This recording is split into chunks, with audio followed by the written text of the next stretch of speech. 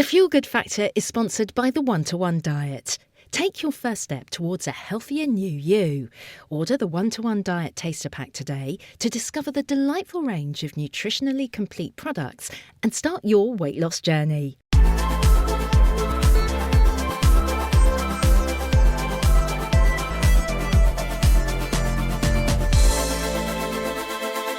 The Fuel Good Factor with Michelle Livings. Yes, welcome to the Fuel Good Factor, serving up news, views and expert opinion from some of the leading figures in nutrition, health and well-being, one sip, or rather episode, at a time, as well as bringing you emotional and inspirational stories from the One-to-One Diet Slimmer Archive. Food is like a way of showing love and affection. It was affecting my MS. It was affecting my mobility. It got to the point where I couldn't ignore it anymore. But before we get to all of that, let's take a look at this week's Healthy Headlines. Healthy Headlines. The first story that caught my eye was about how AI, artificial intelligence, could be helping GPs to identify patients with the biggest heart risk.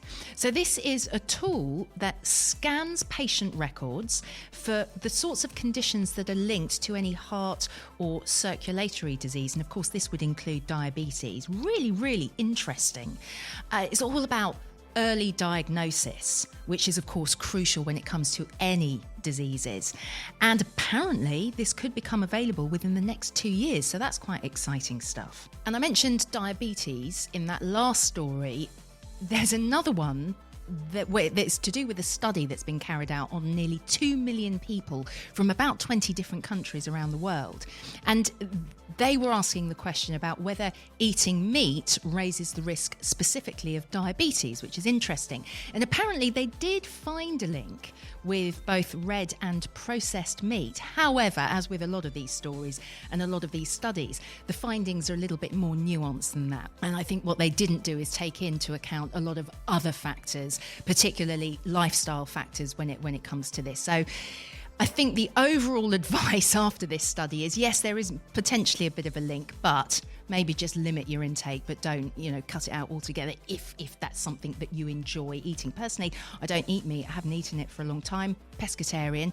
But so maybe not to panic too much. But of course, there is always that thing that they're talking about with meat intake and potentially, the link to bowel cancers and other inflammatory conditions. So definitely something to consider, I think, when it comes to what you're eating.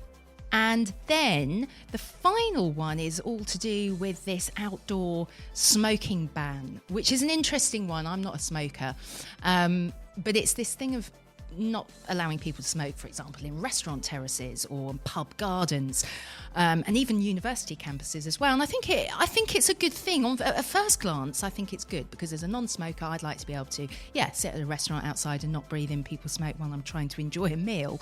However, then I start thinking, well, is that being overly protective and taking away, people's rights to want to be able to smoke if they want to smoke? I don't know. The jury's out. But I think, it's interesting because smoking's the biggest preventable killer in the UK, apparently. It's responsible, get this, for 64,000 deaths a year in England alone, which is quite incredible. So it's definitely something to think about. So if you've got any thoughts or opinions about those headlines and maybe some other things that you've seen or read about, then do get in touch. We'd love to hear from you. You can do that on any of our socials, and who knows, maybe we'll feature your thoughts or your stories in a future episode. That's it for this week's Healthy Headlines.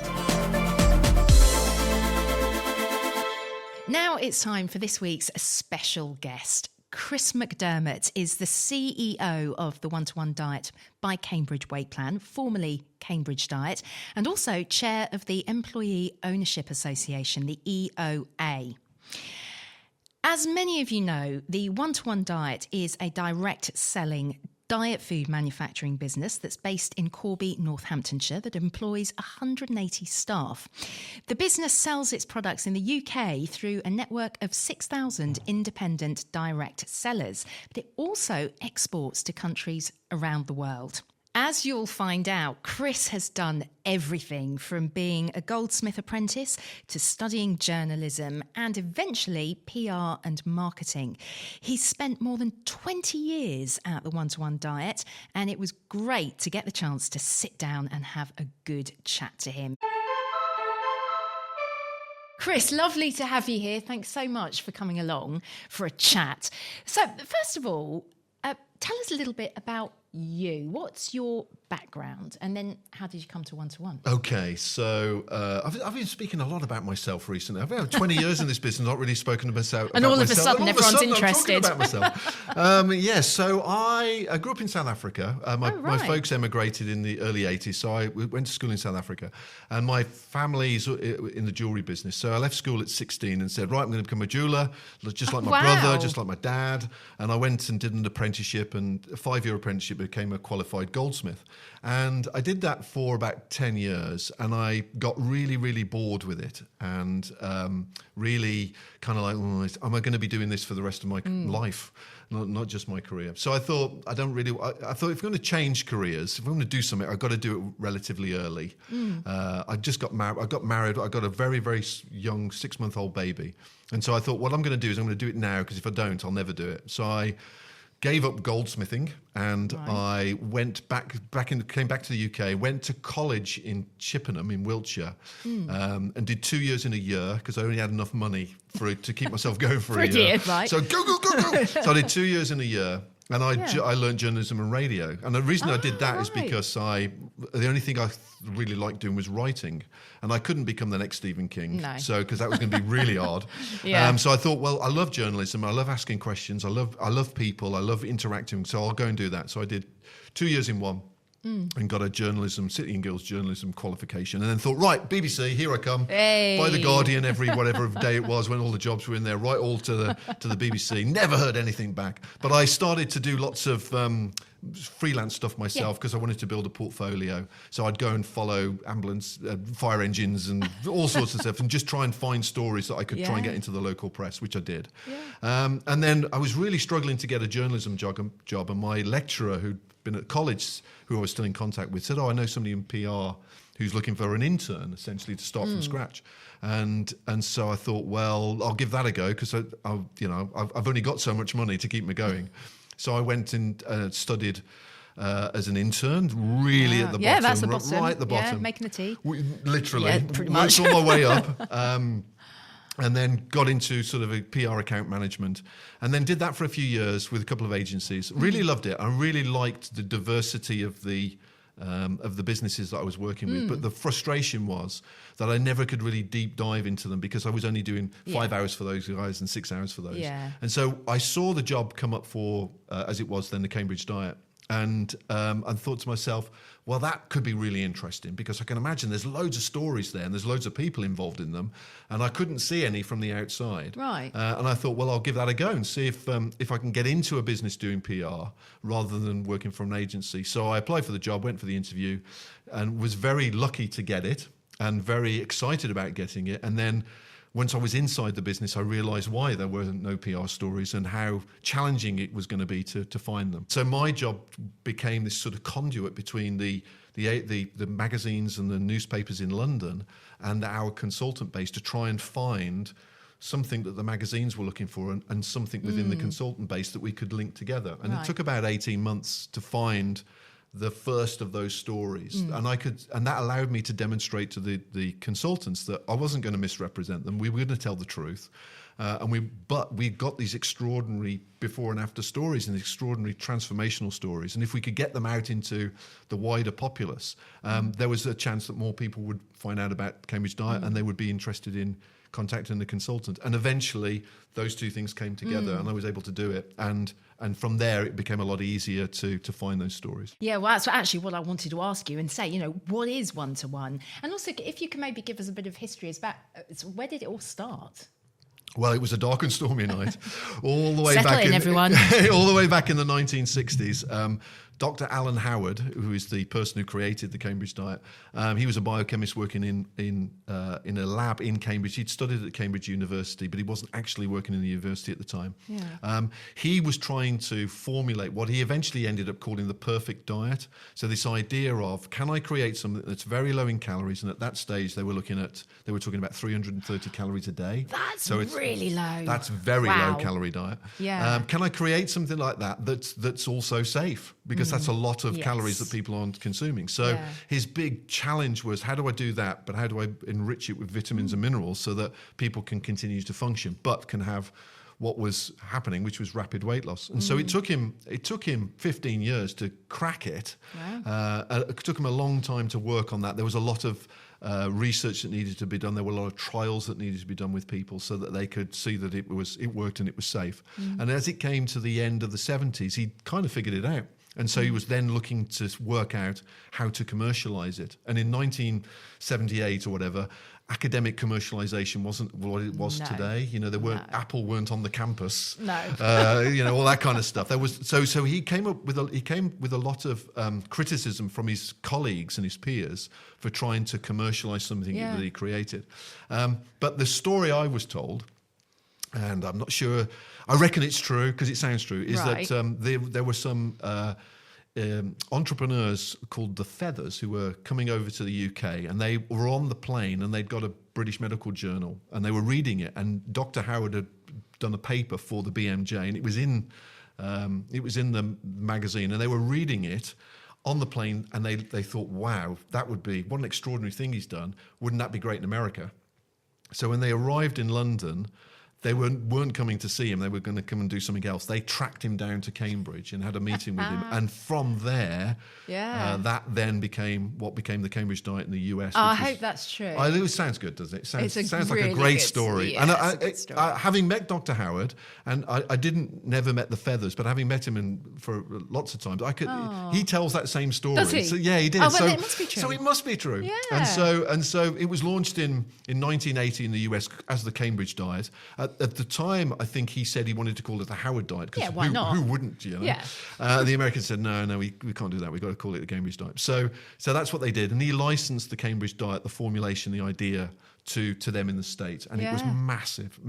I've seen the old VHS videos of some of the conferences they had, and it was 20,000 people. And Oh, my Olympic ice goodness. skaters. It was extraordinary. I mean, that's like rock band It was style, rock and isn't roll. it? I mean, I would love to do it. Dietary I'd love to rock do and roll. 20,000 gig. That would be, Yeah. oh man, my Hey, rider you would never just know. be You incredible. never know, Chris. You never know. You never know if it's so brilliant. One day, Wembley. And so it was huge in the States.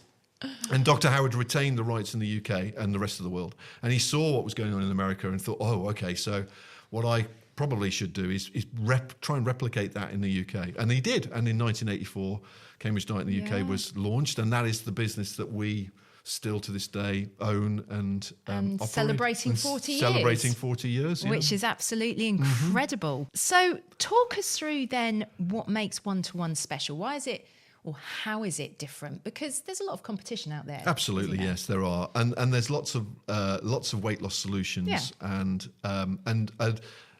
fundamentally the concept works in all of them. But I think why we're still around after 40 years is because of the flame, and the flame is generated by the relationship between the people, the product, and the plan. So we've got a very clear plan of how to do it. We've got some really great products, the best products we've ever had, certainly, and also the best on the market. But the real key to it is the people. So the relationship between the consultant and the slimmer, the dieter, 90 to 95% of our consultants have been slimmers. Right, So they yeah. absolutely They get it. understand the dynamic Yes. and the dynamics that are involved Yeah. in the challenge of losing weight. So you get that combination together, and then you throw in really great products and you throw in a really clear plan of what to do. That's the magic bit that you can't replicate if you're not doing direct sales. You can't replicate that retail. You couldn't replicate it through online. You need that. That's why when we rebranded in 2018, we called ourselves a one-to-one One-to-one, diet, because that one-to-one synergy is the core.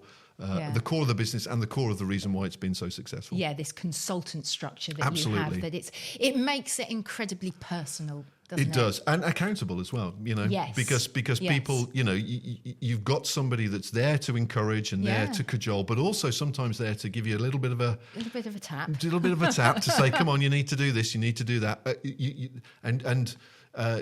And in doing so, lots of slimmers find themselves being accountable to their consultants. They didn't start out thinking it was going to be like that, but because the consultant can be such a powerful influence and a powerful person in their lives, they do feel accountable. They do think, Don't really, upset them. I've really got to make it work. Yeah. But of course, what's really happening, and this is the kind of the real joy of it, is that person themselves is losing that weight. They are going on these extraordinary journeys and having these extraordinary transformations. And the reason why I'm still here after 21 years is because we get to see that transformation. We get to sort of the emotion of it washes over you. And it's like, that's what we're doing here. That's the power that we can bring. Yeah. And it's a very, very powerful, especially when you see people face to face at the events that we do, and you listen to their extraordinary stories, and you think, I was a part of that.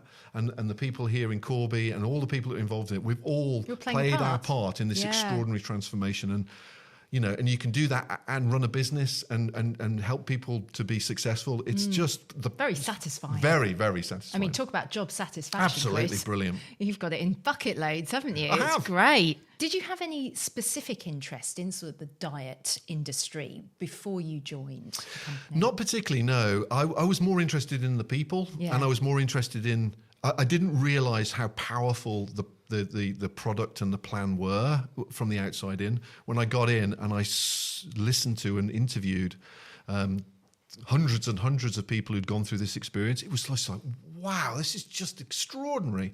And then to be in the centre of that as it kind of grew and grew was and still is and still remains really, really exciting, because there's this kind of, at the centre of the idea of the Cambridge diet and the one-to-one diet is this kind of flame, which is this sort of thing that we all strive to keep alive, which is this kind of beautiful relationship between the consultant and the slimmer, and the way that those two things coming together can be so powerful. That relationship is absolutely key to the success of the brand and the success of the business over 40 years.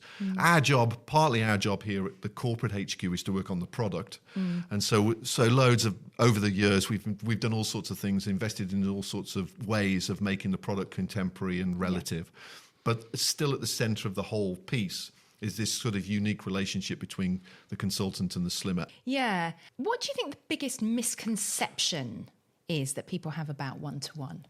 Oh, I think it's that it's not safe, and also you put all the weight back on at the end. So those two things are very, very familiar territory for us, and they were big worries and considerations 20 years ago, and they still are today. I think that the safety and efficacy that's been that we have undertaken over the last 10 years or so has certainly answered the safe idea. So absolutely. The NHS this year are rolling out what the media's calling the soups and shakes diet right out across the NHS.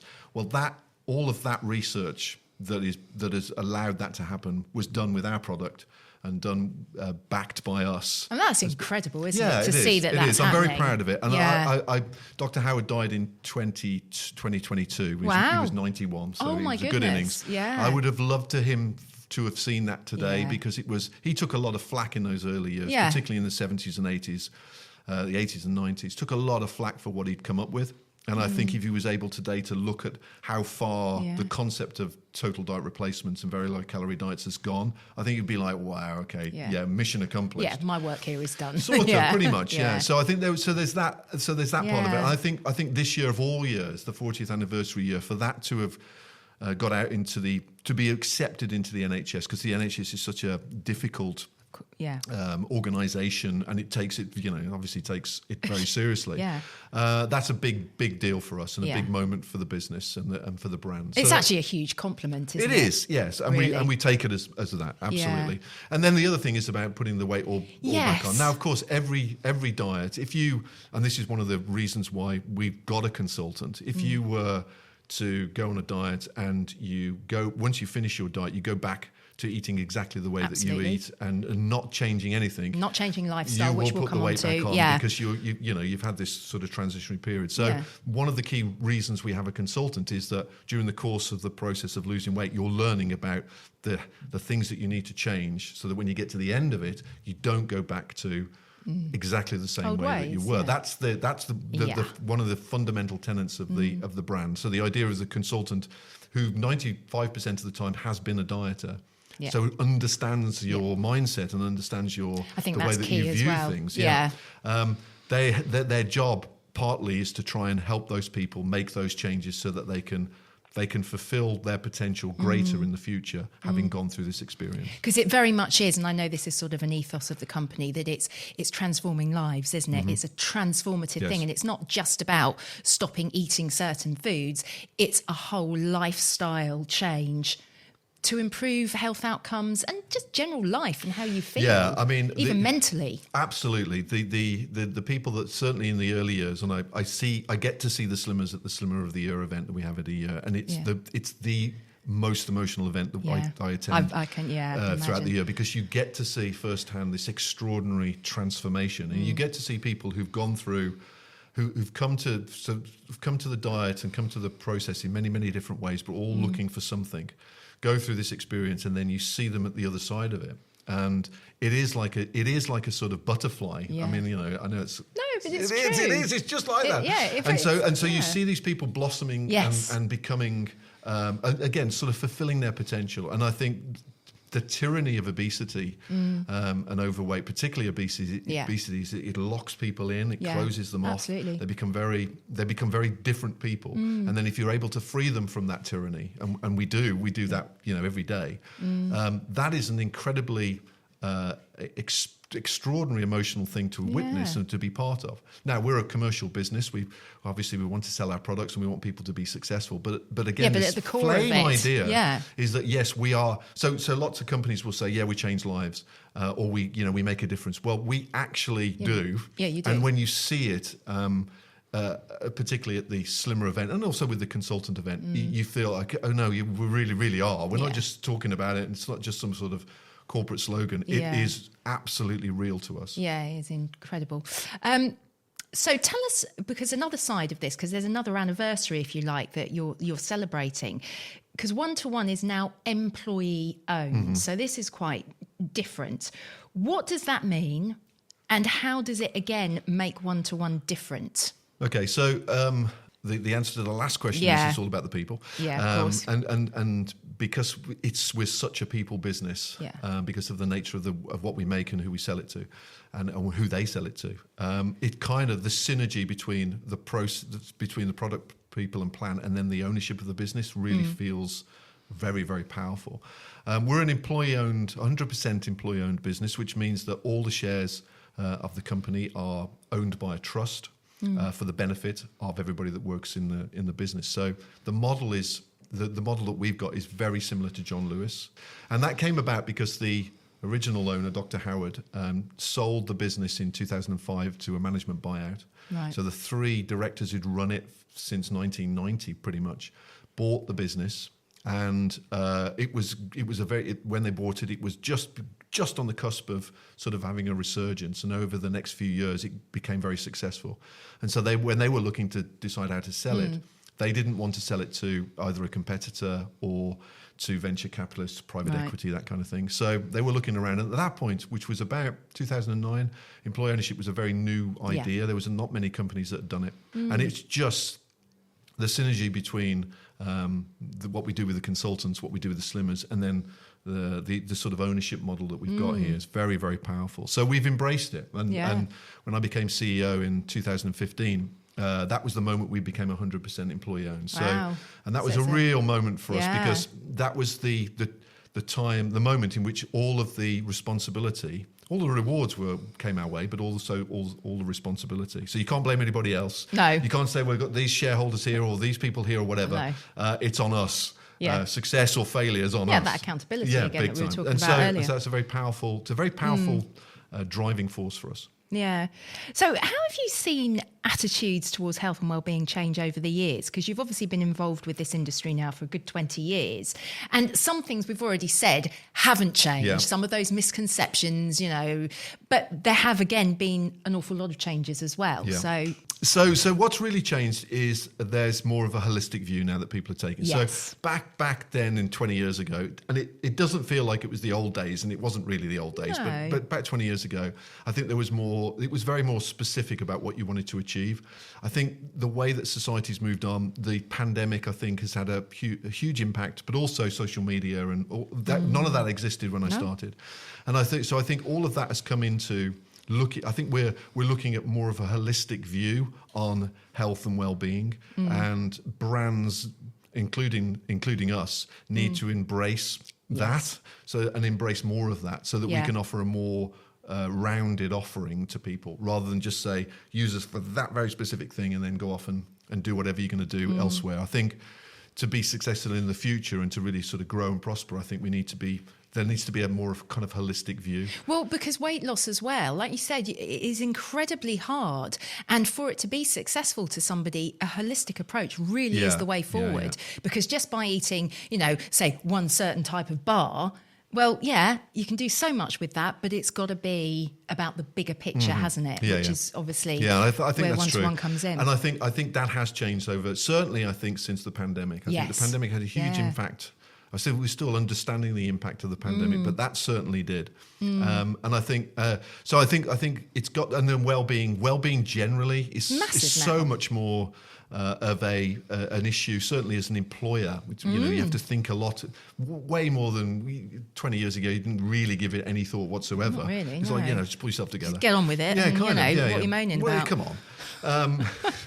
Really, come on. Bit different and of course now. now it's completely different. So there's that part of it as well that we need to understand and we need to embrace. Yeah. So it's kind of the same because people really. So in one sense, people haven't changed at all, but in another sense, I think influencing the influence of people has changed, and so I think they are looking for something more holistic.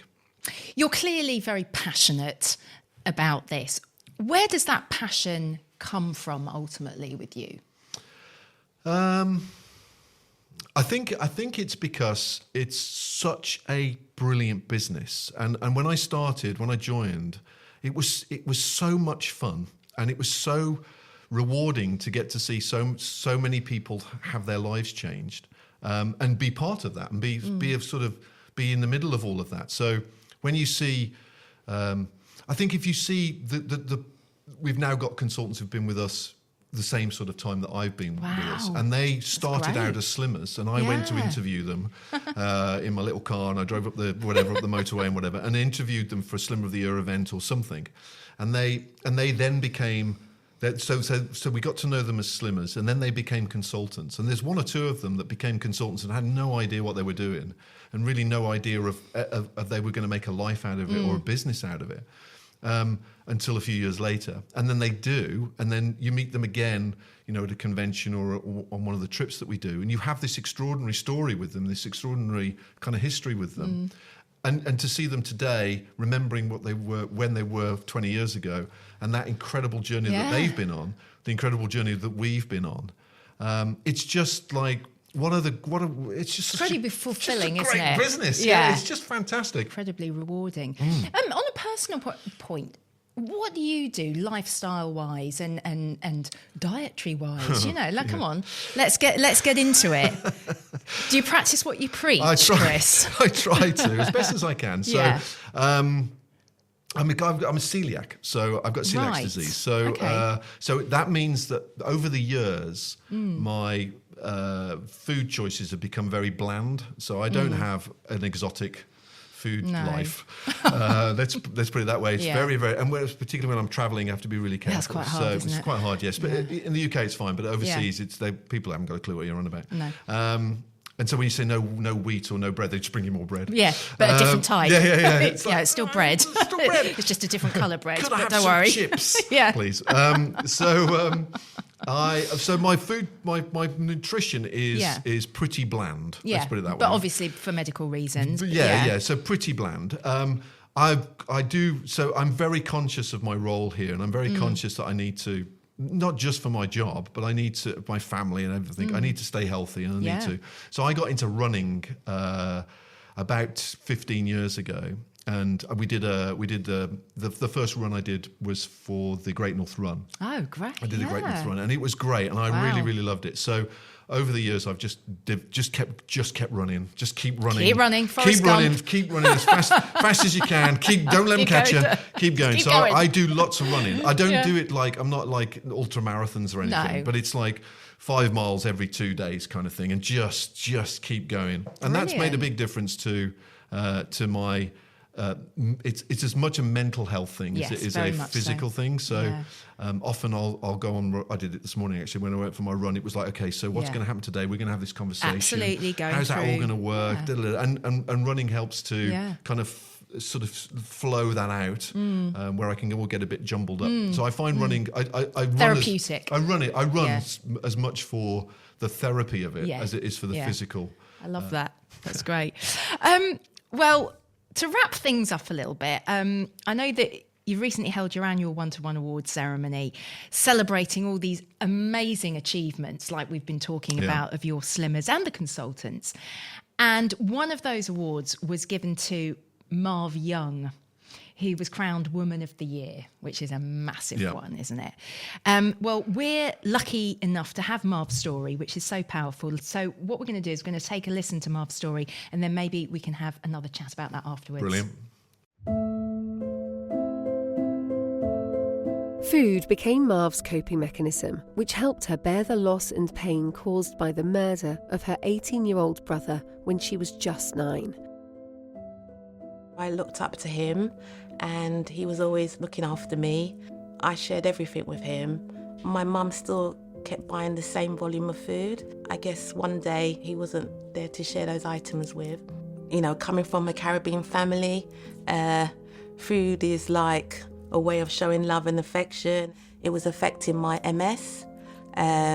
It was affecting my mobility. It got to the point where I couldn't ignore it anymore. And I'm worried about who would look after my mum, and she's important to me.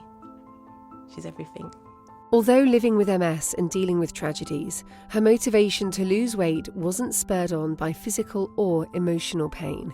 It began with a gift given to her from her goddaughter. I never really wear necklaces. She took her hard-earned money to buy it for me. It really, touched me. I just felt, for once in my life, it's actually me who needs to change and not change the gift. I was getting older, and I was going to be approaching the big 5-0, and I didn't want to be a fat 5-0.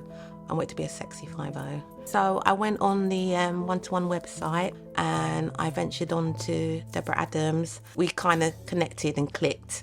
It was achievable that I was going to lose the weight by the time my 50th birthday approached. 7 stone lighter, Marv undertook a life-changing journey. In my family, I was known as the dessert queen. Now I'm the style queen. Got to my 50th birthday, I felt good. I wasn't in any pain. It is a brighter future for me. So I'm bolder, brighter and lighter.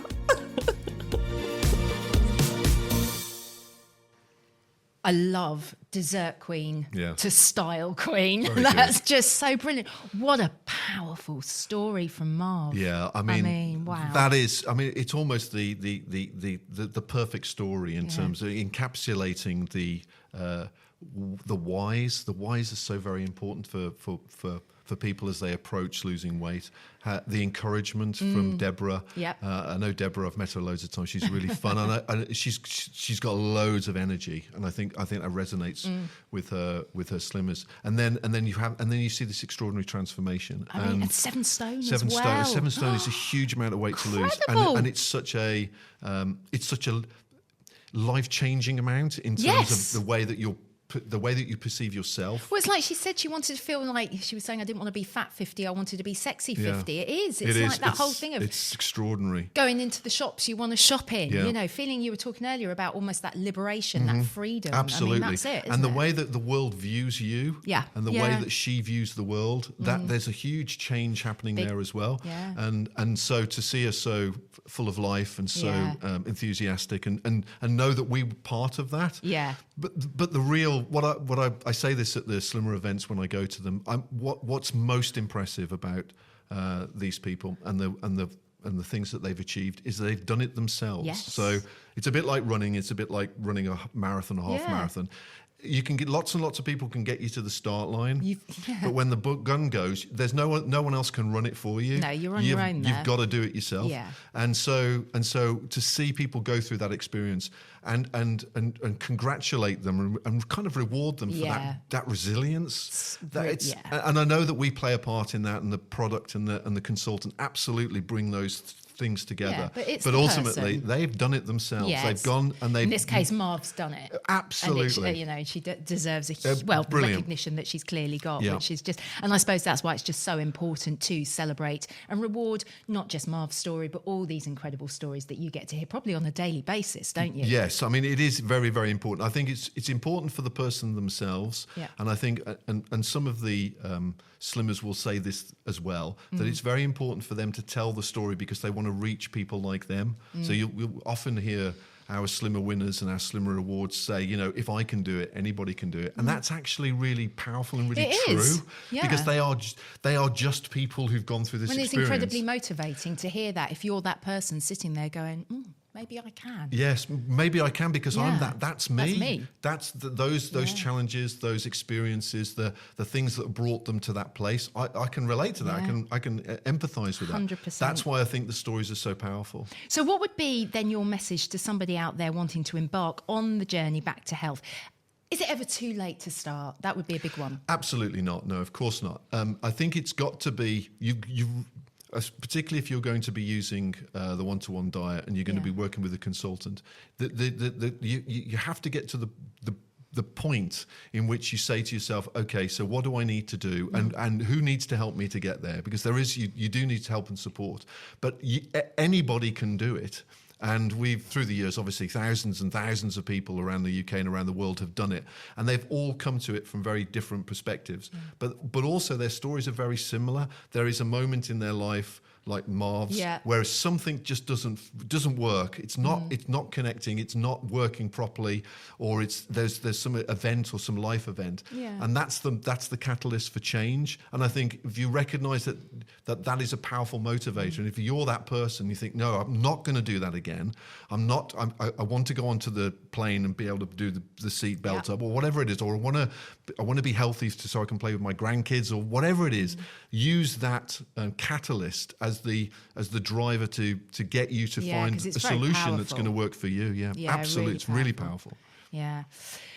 So our time is nearly up together. However, looking back, I am going to ask you to look back. Have you got any favourite memories or maybe moments that you could just tell us about or share with us? Maybe some funny bits. Yeah, I mean, what seems to have happened over the years is that we have lots of fun, do lots of stuff here, but it all sort of culminates at the convention, with the conference as it used to be, the annual convention. So my big moments, if you like, my big memory moments are usually convention related and convention orientated. There was when my boss left in 2000, so 10 years ago, so the convention in 2014, I had this bright idea of doing a Time of Your Life from Dirty Dancing, because it was a film that came out in the 80s and it all kind of fitted together. And so I went and saw her and I said, I mapped it all out. I said, what we'll do is I'll hold you and we'll spin you around just like Patrick Swayze and all that kind of stuff, but we'll get like a stunt double in to act as you. And she said, no, I'm doing it. If you're going to do it, I'm going to do it. I was like, oh, geez. Okay, so we're going to do that. So eventually we got some professionals in from the West End who were into rigging. They did all the rigging and stuff, and they rigged her up in a suit, in a harness. And so we had this full dance song. We had video from consultants, and it wasn't. I've had the time of my life, but we'd done it for our business. And then she walked in off from stage, and as she walked in, she lifted up. And then I caught her. It was great. I just thought it was brilliant. I caught her and then spun her around, and she was going like this, just like it was Dirty Dancing. And then that's how the song and everything finished. And it was like, amazing. Oh man, it was such a brilliant moment. We did The Greatest Showman. That was another That was another kind of incredible moment where we had all these acrobats and stuff, and I was Hugh Jackman. Of course you are. I can see the resemblance, Chris. Yes. So those are the moments. And then the very first staff performance we ever did, which was, I think we were talking about it yesterday, it was about 2007 or something. Yeah. And we've got the video of it. I think just those moments where you're having this incredible camaraderie with your colleagues. You've spent weeks and weeks rehearsing and practicing and doing all sorts of stuff. And then you kind of launch it onto the unsuspecting consultant base. And it's so real. It's so scary. But it's so real and it's so of the moment. I think they're the ones that stick in your mind because of the adrenaline and the terror and all of those sort of things. They all come out in those extraordinary moments. Oh, brilliant. I absolutely love those stories. They're fantastic. Need to make sure we can get some video footage. Yeah, there's loads of video, Fabulous. yes. And we might, you never know what we might be doing this convention. Who knows? Who knows what we're getting up to? Yeah, who knows what's coming next. Listen, thank you so much for spending some time talking to us, because I know you're a busy man, but it's been lovely because it's just hearing your passion and your energy again coming through. It's there in huge amounts. Congratulations on your 40th. Thanks very much. And, here's to the future, and I think it's going to be really exciting. Lovely. Thank you, Michelle. Appreciate that. And that's all we've got time for on today's show as well. So I'd like to say a big thank you again to Chris for joining us. That was such an insightful and interesting and enjoyable chat with him. And you can find all sorts of links and information in the show notes to what we've been discussing today.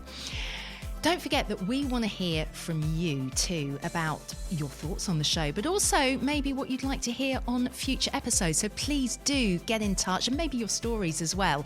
You can do that on all our socials. Thank you for listening. Stay healthy, and I will see you next time on The Feel Good Factor.